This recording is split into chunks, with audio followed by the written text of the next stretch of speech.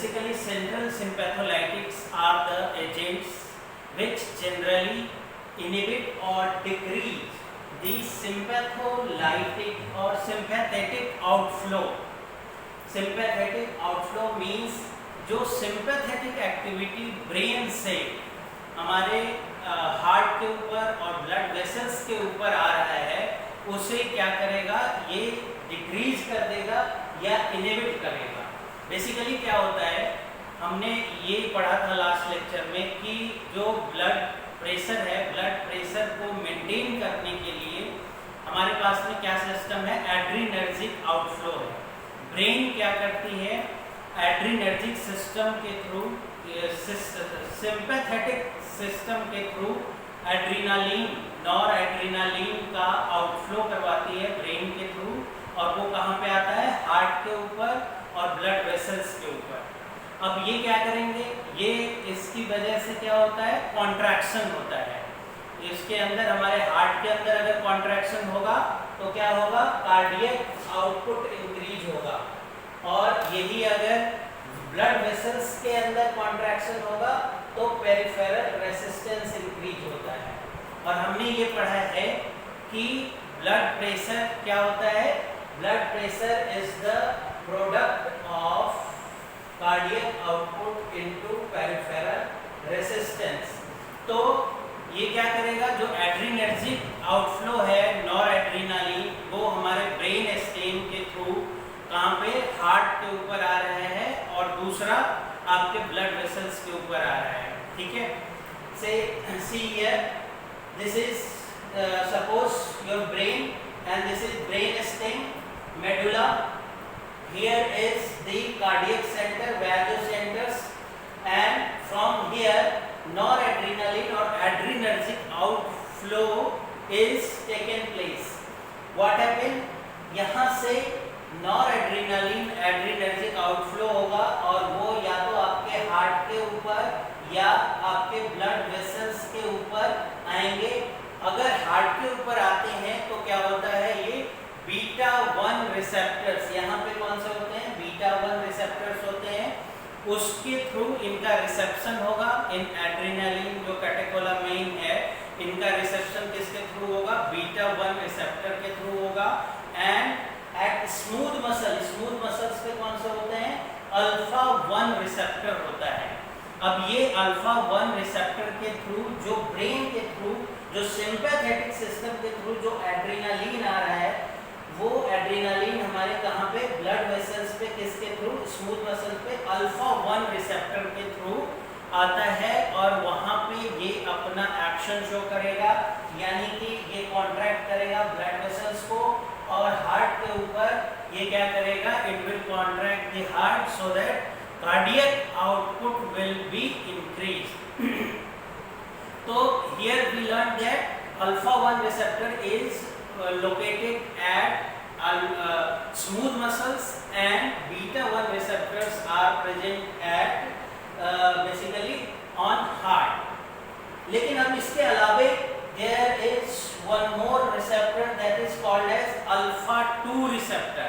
Alpha 2 receptors are basically present at brain stem and at vasomotor center at medulla of the brain.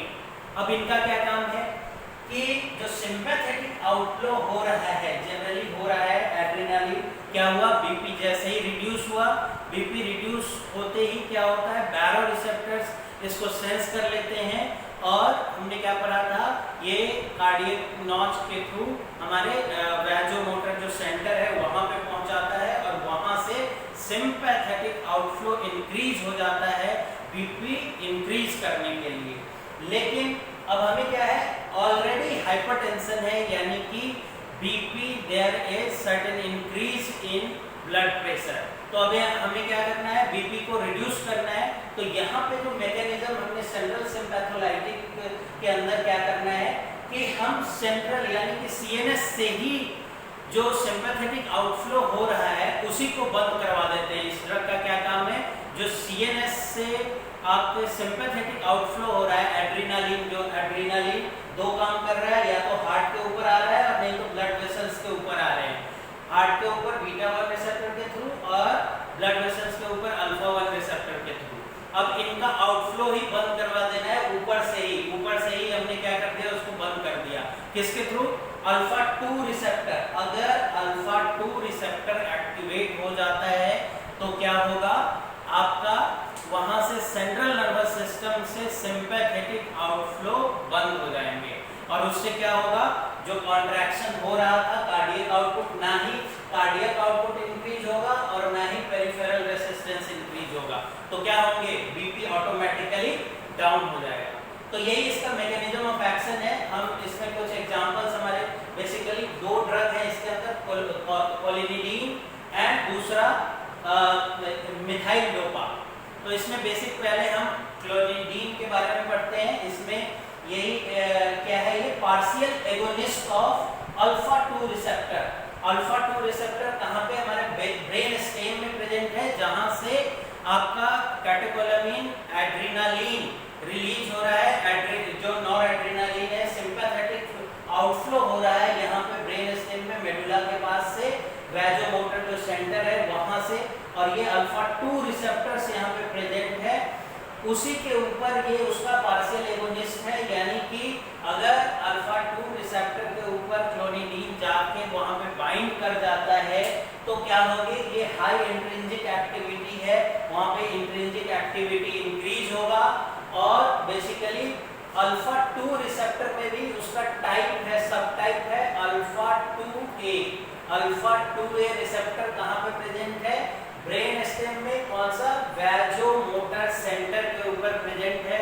अगर ये activate होता है, इसका activation हो गया, यानी कि कोलिनिडीन अगर वहां पे जाएगा तो ये रिसेप्टर एक्टिवेट हो जाएगा और इस रिसेप्टर के एक्टिवेट होने से तो जो यहाँ पे आपके जो ये जो सेल है, सेल के अंदर इस तरह से यहाँ से आपके नॉरएड्रेनालिन रिलीज हो रहे थे इसमें, लेकिन यहाँ पे हमारा अल्फा 2 रिसेप्टर होगा।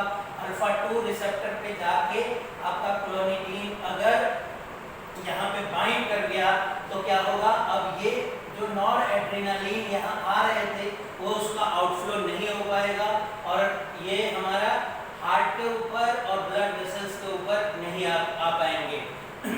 तो इससे क्या होगा, डिक्रीज इन सिंपैथेटिक आउटफ्लो, मतलब सीएनएस से जो आउटफ्लो सिस्टम के अंदर जो जा रहे थे वो हमारा डिक्रीज इन सिंपैथेटिक आउटफ्लो हो गया और उससे क्या होगा, ब्रैडिकार्डिया। ब्रैडिकार्डिया का मतलब क्या है, हार्ट रेट डिक्रीज हो गया है। हार्ट रेट डिक्रीज हुआ है क्यों, क्योंकि हार्ट रेट इंक्रीज, कॉन्ट्रैक्शन नहीं हो पा रहा है। कॉन्ट्रैक्शन किसकी वजह से, अगर बीटा 1 रिसेप्टर एक्टिवेट होता तो उसकी वजह से हार्ट रेट इंक्रीज होता और कॉन्ट्रैक्शन होता तो टैकीकार्डिया होता, लेकिन यहाँ पे क्या हो रहा है, डिक्रीज इन सिंपैथेटिक आउटफ्लो है जिसकी वजह से क्या हो रहा है, ब्रैडिकार्डिया होगा और अल्टीमेटली हमारा बीपी रिड्यूस हो जाएगा। इसकी वजह से प्लाज्मा के अंदर जो नॉरएड्रेनालिन है उसका कंसंट्रेशन डिक्रीज हो गया हुआ है। तो ये बेसिक मैकेनिज्म है। जो सेंट्रल सिम्पैथोलाइटिक्स होते हैं उनका जो बेसिक रोल है वो क्या है, अल्फा 2 रिसेप्टर का एक्टिवेशन, यानी कि it is the partial agonist of alpha 2 और उसमें भी कौन सा, अल्फा 2A सब टाइप ऑफ अल्फा 2 रिसेप्टर। ठीक है, अब हम थोड़ा सा इसमें जो क्लोनिडीन है, क्लोनिडीन के फार्माकोकाइनेटिक्स देखते हैं। बेसिकली जो ये ड्रग है ओरली वेल अब्सॉर्ब होता है। Plasma concentration, peak plasma concentration 2 hour to 4 hours में ये प्लाज्मा पीक कंसंट्रेशन पहुंच जाता है।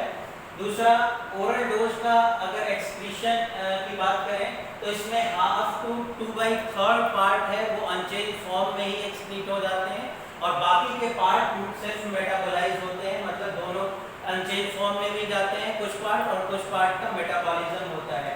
Generally T half 8 to 12 hours है और जो सिंगल डोज का इफेक्ट है फॉर एंटी हाइपरटेंसिव एजेंट्स वो कितना है, 6 to 24 hours है। Okay, thank you.